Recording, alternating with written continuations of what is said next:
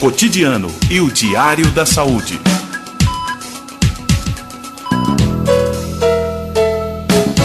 São 10h22 e nós vamos agora falar de saúde e falar de coluna, mais especificamente de escoliose. E está conosco o Dr. Alexandre Elias, que é neurocirurgião, especialista em coluna, chefe do setor de cirurgia de coluna vertebral do Departamento de Neurocirurgia da Unifesp, a Universidade Federal do Estado de São Paulo. Dr. Alexandre, bom dia, é um prazer tê-lo conosco. Eu é que agradeço, Luísa, a você e seus ouvintes, um bom dia e vamos tentar esclarecer algumas dúvidas também sobre escoliose.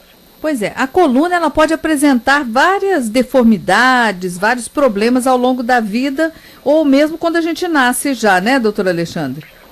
Sim, na verdade, em se tratando de escoliose, o que é escoliose? Escoliose é quando eu olho uma pessoa de frente, em vez da coluna ser reta, como deveria ser, ou ter uma angulação mínima, ela tem uma angulação de mais de 10 graus para um dos lados, acompanhado de uma rotação da vértebra.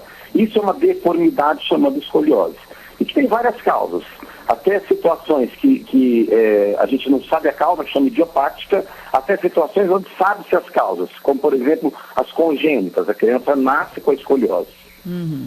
Agora, ao longo da vida, a gente pode fazer coisas erradas que vão desenvolver uma escoliose?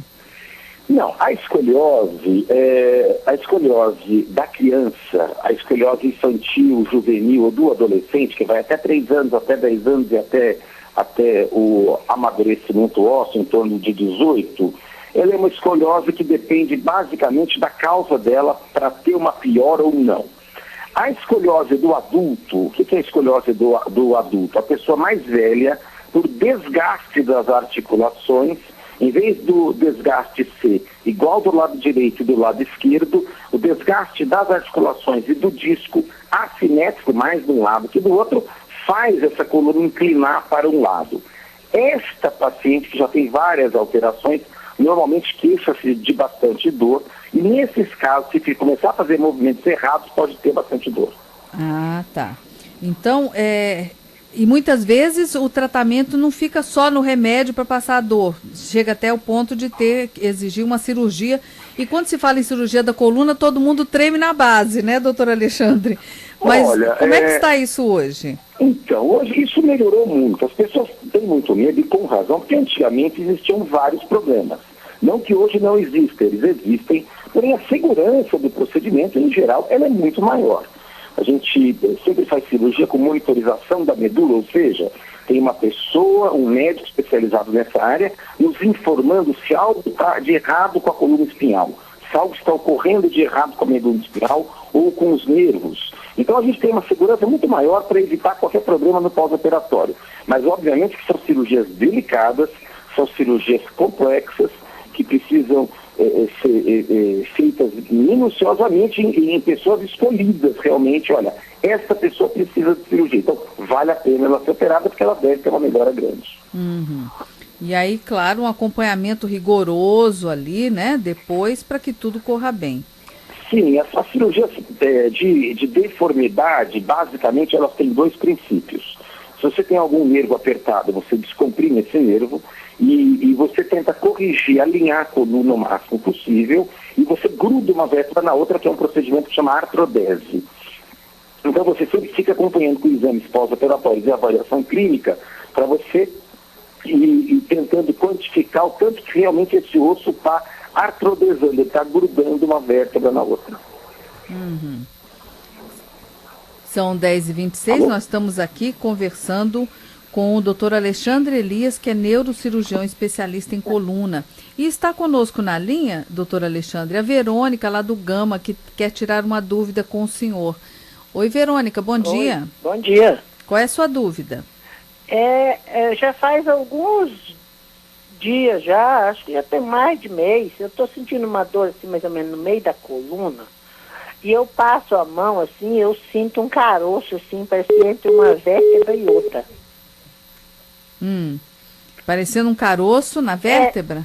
Aparecendo bem assim. Naquele ossinho ali do meio da coluna? Isso, tá parecendo, a gente passa a mão e sente assim, né, assim, tipo um carocinho assim, mais alto, né? Naquele meiozinho assim, pra fora, sabe? Assim, você sente bem, assim, a diferença. Bom. Isso tem doído.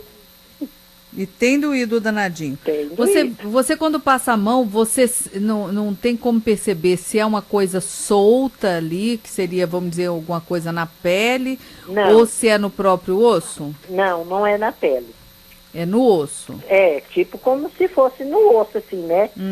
Assim, sei lá, acho que entre um e o outro tá saindo pra fora, não sei, ou tá... Não sei, assim, tá? Mas não é na pele, não.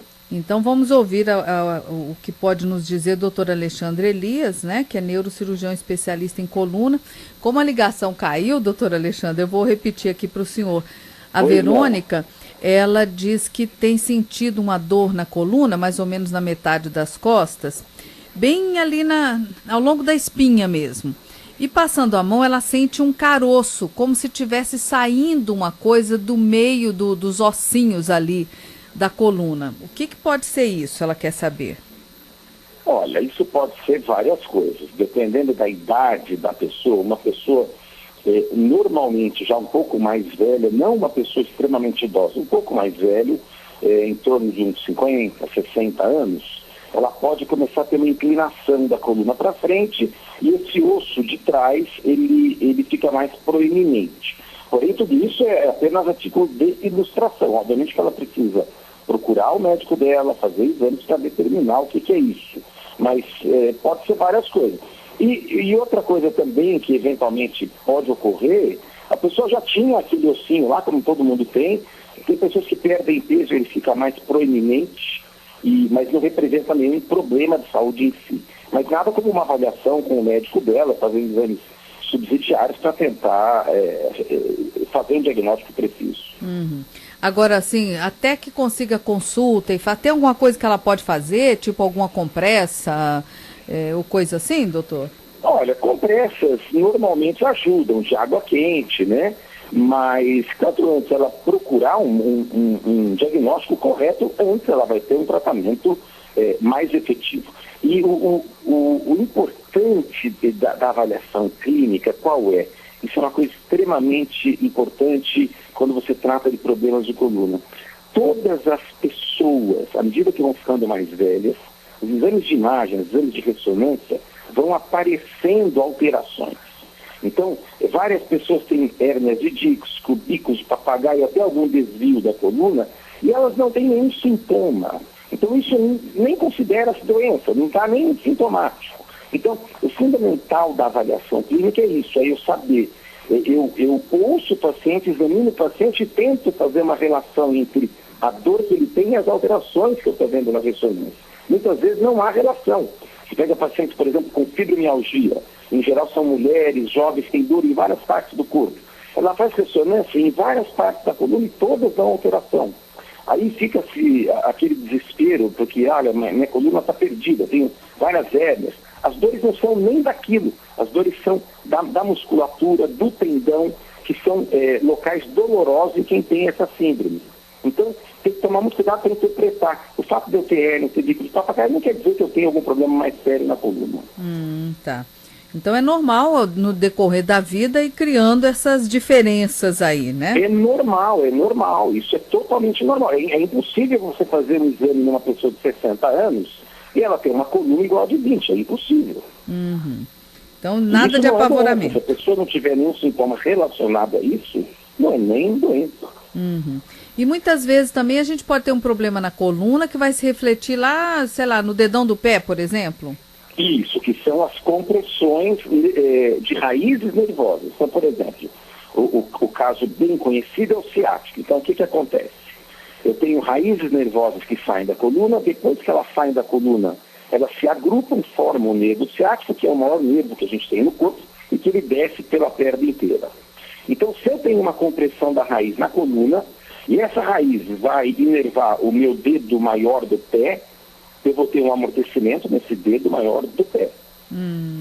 Se ela vai inervar a face lateral da minha perna, eu vou ter um amortecimento e dor na face lateral da perna, podendo ter até fraqueza na perna ou no pé. Então o problema está na coluna, mas o sintoma aparece na perna, que é conhecido como Lombalgia, dor na coluna. Lombociatalgia, termo ciático, é dor que origina-se uma compressão na coluna, mas dói a perna. E é por isso, então, que não adianta só tomar o analgésico para passar a dor que está sentindo. Tem que descobrir o que está causando o problema para fazer, para ter a cura realmente, né? Exato. Os casos de hérnia de disco, eles são extremamente benignos. A extrema maioria não precisa de tratamento cirúrgico. Com medicação, eles são resolvidos e muito bem resolvidos. Alguns casos que a gente às vezes supõe que é hérnia, você pode ficar surpreso. Olha, apareceu uma infecção na coluna, apareceu um tumor na coluna. Mas são casos muito mais raros.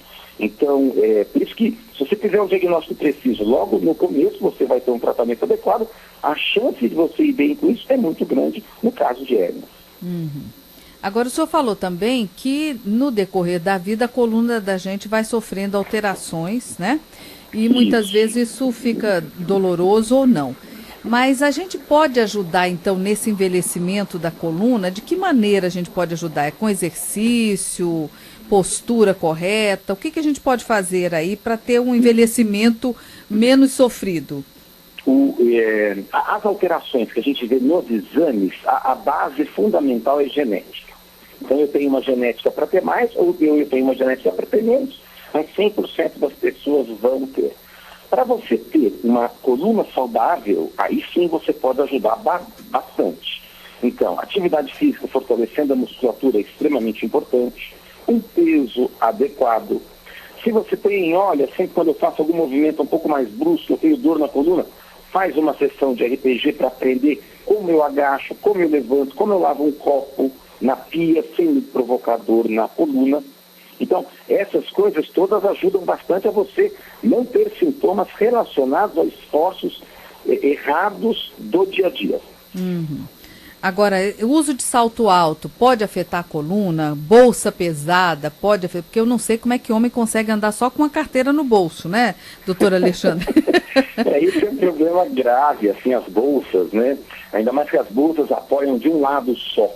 Então, elas podem sim causar dor, porque elas forçam mais um lado da coluna do que o outro. Uhum. O salto alto pode, porque o salto alto ele joga a mulher para frente e ela, para ficar ereta, ela joga o corpo para trás. Ela traz o corpo para trás, fazendo uma curvatura exagerada na coluna lombar.